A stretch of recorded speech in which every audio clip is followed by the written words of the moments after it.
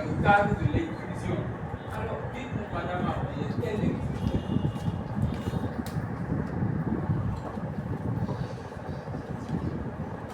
De leur famille. Oui, on aimerait avoir votre mot, disons votre mot de fin par rapport à cette question. D'accord. Ok, merci beaucoup. Je dirais que je m'inscris tout d'abord dans la même perspective, c'est-à-dire que jeunes, nous avons le devoir, qu'on le veuille ou pas, de nous auto-former, comme ils l'ont dit, et ça passe essentiellement par l'engagement militant. C'est vrai. Mais j'ai envie de rappeler la responsabilité des institutions, des États, quand même à accompagner les jeunes dans cette démarche. J'entends qu'il y a eu des assises nationales de la jeunesse, il y a énormément d'initiatives pour entendre la jeunesse. Nous avons une vision 2050 aujourd'hui qui se déroule au sein de la CEDEAO.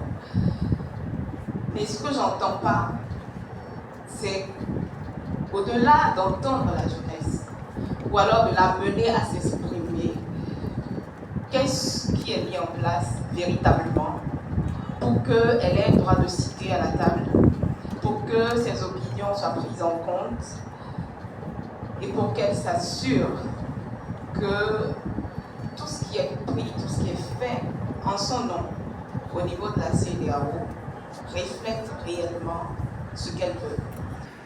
Dans l'appareillage même de la CEDEAO, je vais certainement inviter mes jeunes frères et sœurs et moi-même, je me ferai le plaisir de me rapprocher de vous pour poursuivre cette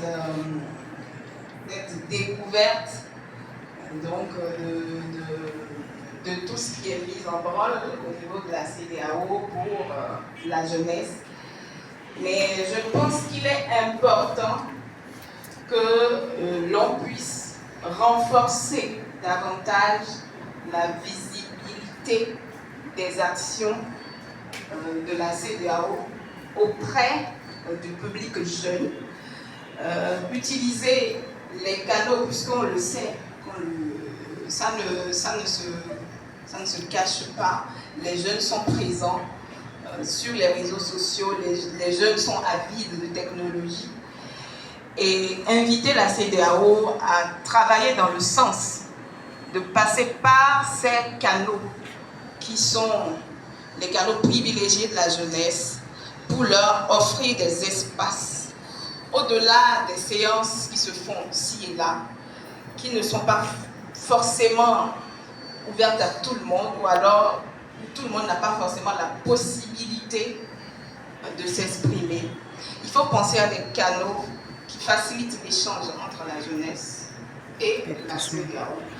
Et dans le cadre également de la renouvelabilité, penser à inclure la jeunesse dans les mécanismes institutionnels au niveau de la CEDEAO qui prennent un certain nombre de décisions, ou alors favoriser leur participation, ne serait-ce qu'à titre d'observateur ou autre, à certaines réunions pour renforcer en eux,